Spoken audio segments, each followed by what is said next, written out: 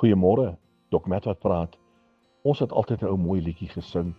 He the pearly gates will open, so that I may enter in, for he purchased my redemption on Calvary. En nou sit ek terug en ek dink aan hierdie woorde. Hy het my vrygekoop deur Golgotha. Hy het vir my 'n weg gebaan na die ewige lewe aan die kruis.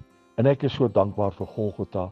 Ek is so dankbaar dat hierdie koning, hierdie Jesus, bereid was om die hele weg te baan, om vir my die pad te stap. Wat 'n groot God ken ek net nie. He the pearly gates will open. Hy gaan vir my die parelpoorte oopmaak, sodat ek kan ingaan na my ewige tuiste. My vriend, is jy reg om na jou ewige tuiste toe te gaan? Sien jy uit daarna? Sien jy uit om deur hierdie parelpoorte in te stap?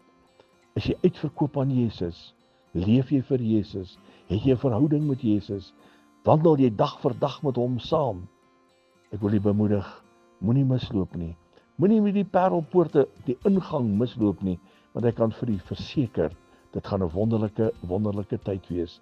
Maak seker my vriend, herlewingsgroete.